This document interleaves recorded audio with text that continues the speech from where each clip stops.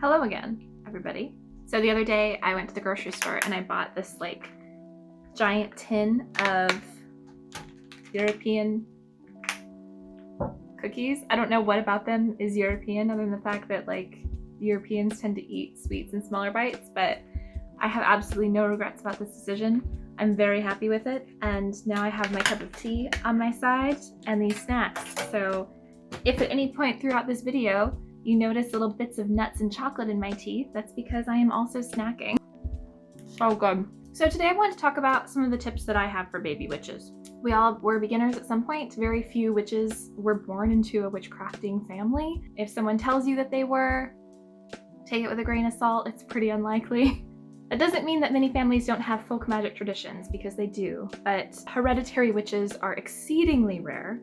That means that every witch you encounter, every pagan you encounter, every pathwalker started somewhere. And so you, baby witch, are now also on that path, and that is very exciting. Congratulations, welcome. But I do have 6 tips for you on your journey. I hope that they're useful. Some of them you've probably heard before, but I'm going to give my reasoning on why I think they're important. So I hope that even if you have, that was the train, even if you have heard some of these tips before, I hope that this offers you some new insight into why they might be important. Number 1 is to stop calling yourself a baby witch. Yes, I'm coming out the gate pretty strong here. Some of you might disagree with me, and that's completely fine. If you like the term baby witch, if you feel empowered by that, if that makes you feel comfortable, if you feel like that accurately describes where you're at, please keep using it. I'm not trying to come at you. I'm not trying to judge anyone who uses that term or promotes that term. But for me, it's a huge turnoff. If I were a beginner witch and people were referring to me as a baby witch, or if I had to think of myself as a baby witch, for my personality type, it would just be a no-go. It would just not work out. My issue with the term baby witch is that it implies some sort of hierarchy or some sort of growth stage. From my perspective, especially as a pagan witch, where we have that maiden mother crone sort of imagery, there already is that stage built in called the maidenhood of the person, where you learn and you explore and you experiment.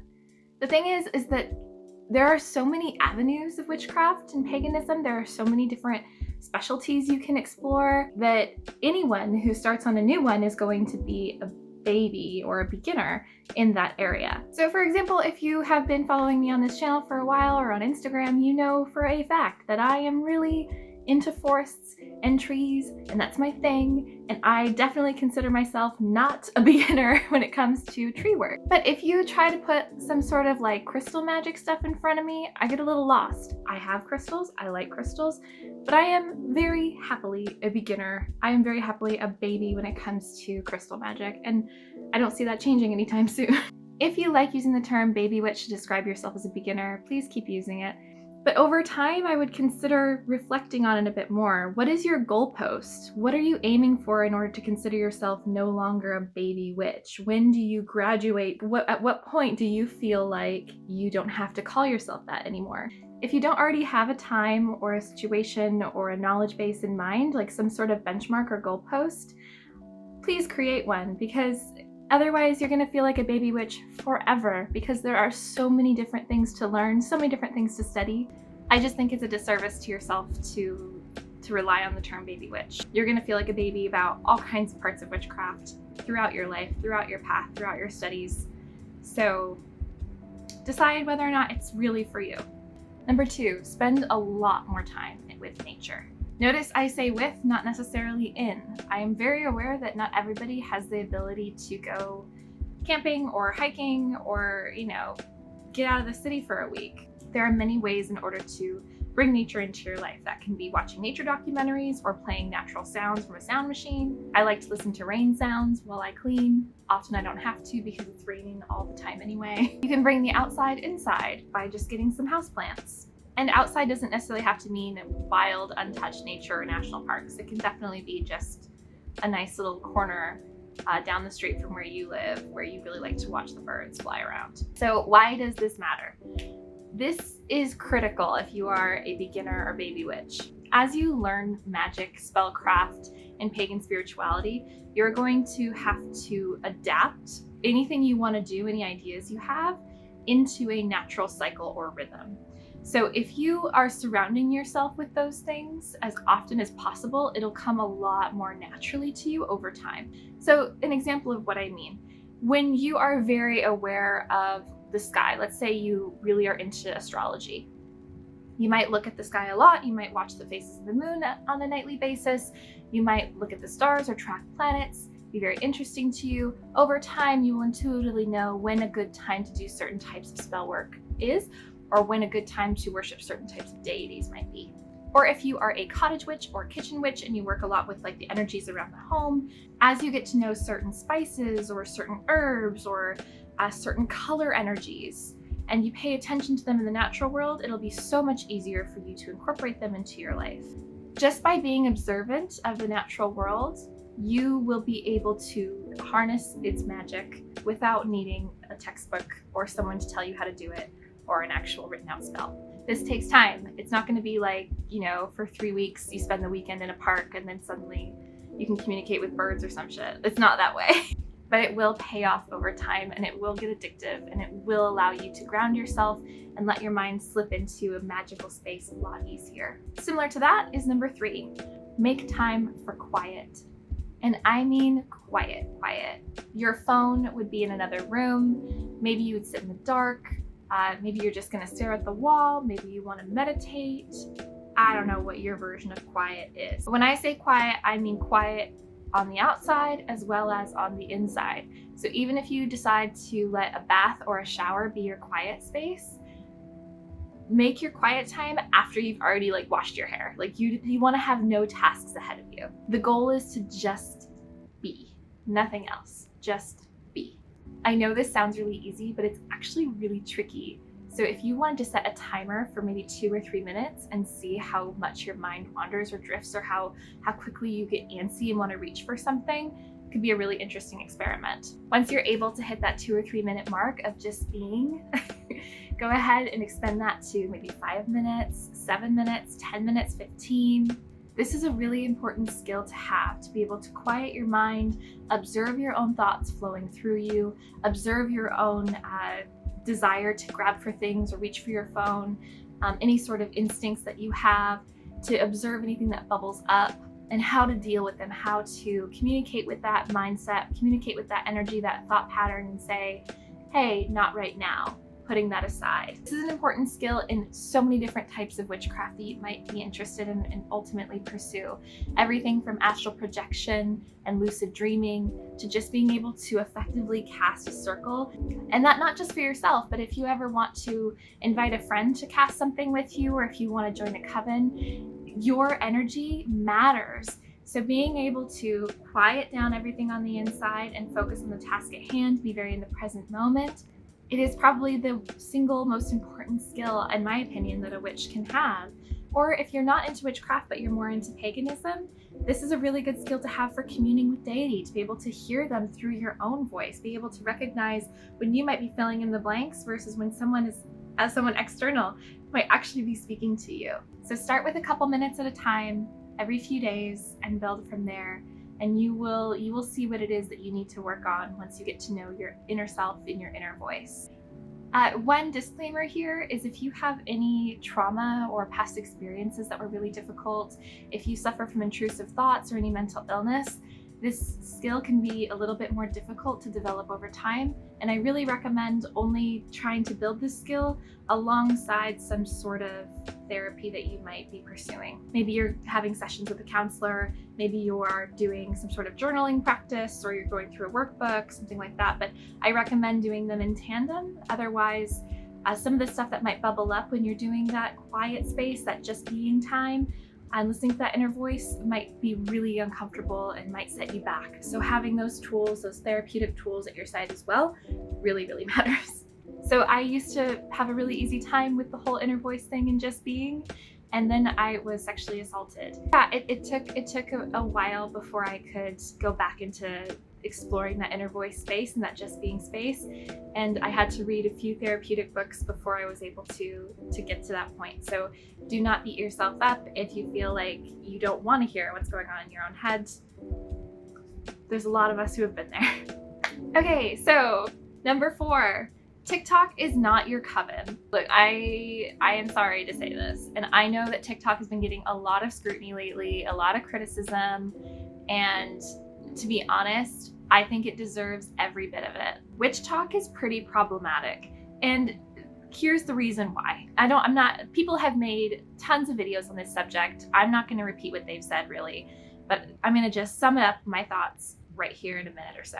Other social media platforms are also pretty problematic when it comes to teaching witchcraft, paganism, and spirituality. Whenever you combine people who want to be influencers or people who just want attention with religion and spirituality, you are going to get types who might as well just be evangelicals on TV preaching crazy shit. It's not dissimilar to, the 2 a.m. infomercial of, call this psychic woman and she's going to tell you everything in 90 seconds for $1.50. When you compare WitchTok to other social media platforms, it's just objectively worse. So on Instagram, you have a lot of witches, pagans, or spiritual type people who really go for an aesthetic. They want really good photos, and they have these really quippy sort of bumper sticker ideology kind of captions. It's very neutral.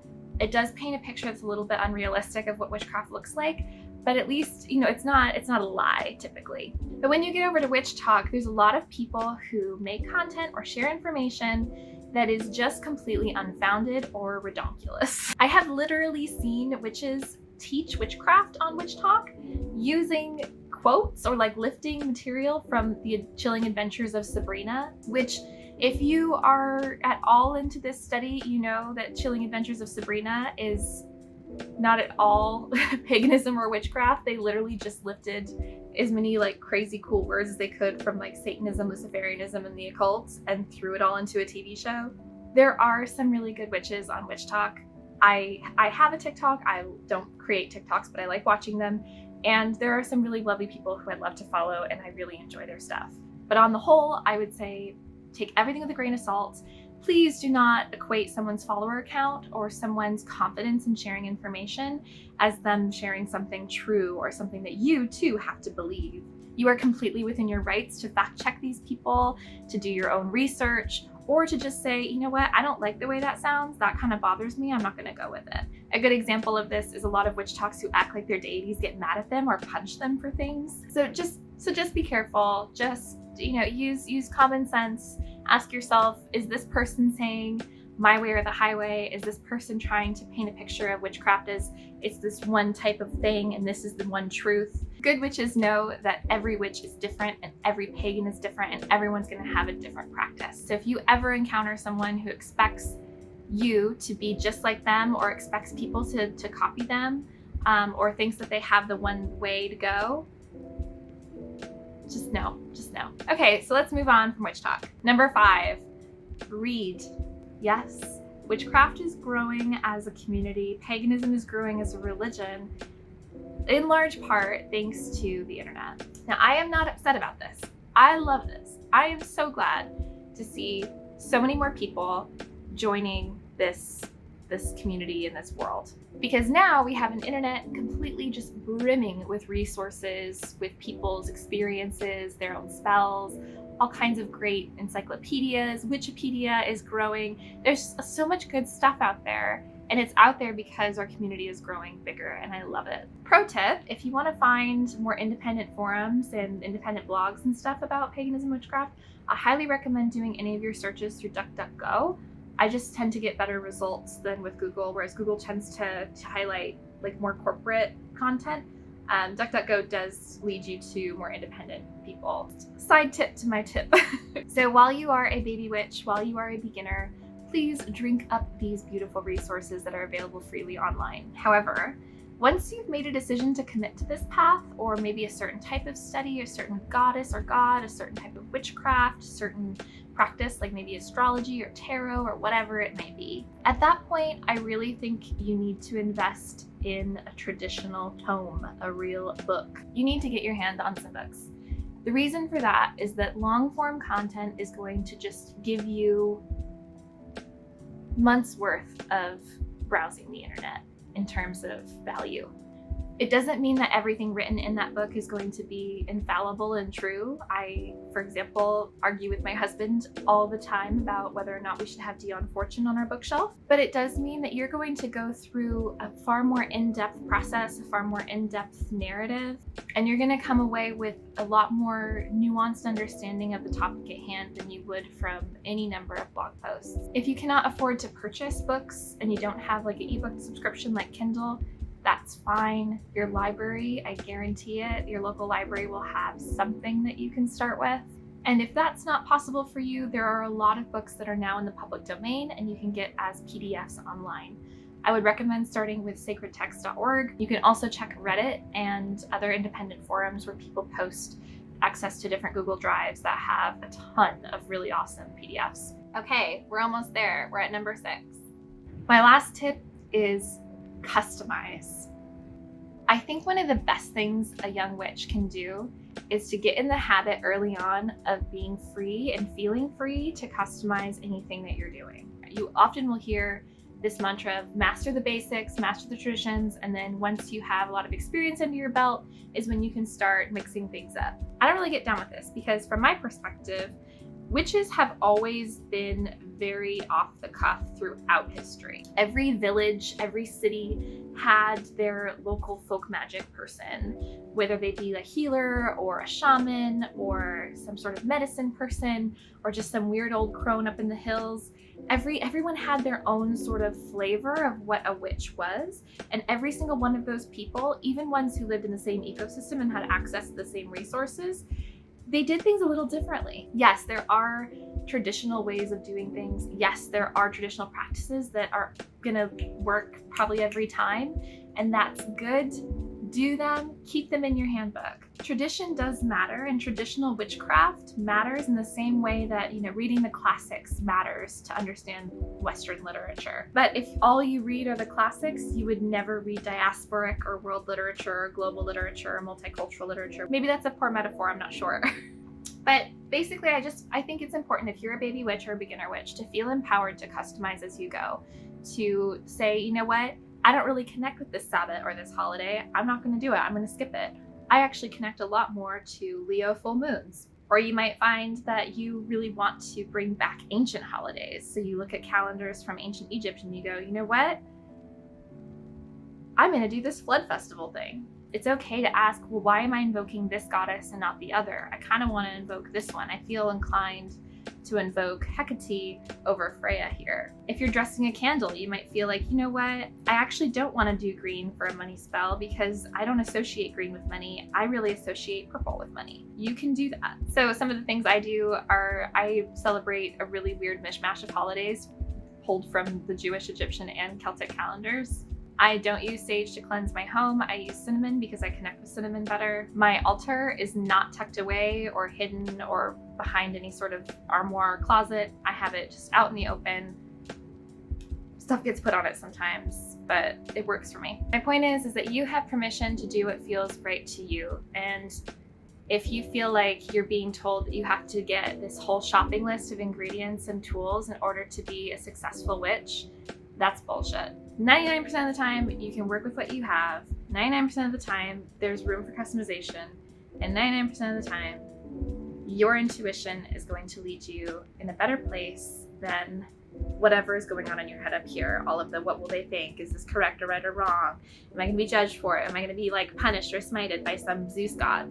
Witchcraft is all about self-empowerment and trusting yourself. So begin that skill as early on as you possibly can. Be happy to question things and be happy to make your own way. And with that, I leave you. If you're watching this shortly after upload, my giveaway might still be open. So there's a video around. I actually don't know how to do the whole watch this video card thing.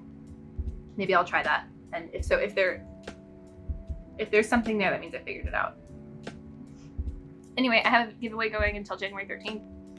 So if you'd like to enter, go ahead and do that. Otherwise, I will see you around. So it's tips for baby witches, right? So I got some baby's breath this morning at the market. Get it? Baby witch. Baby's breath.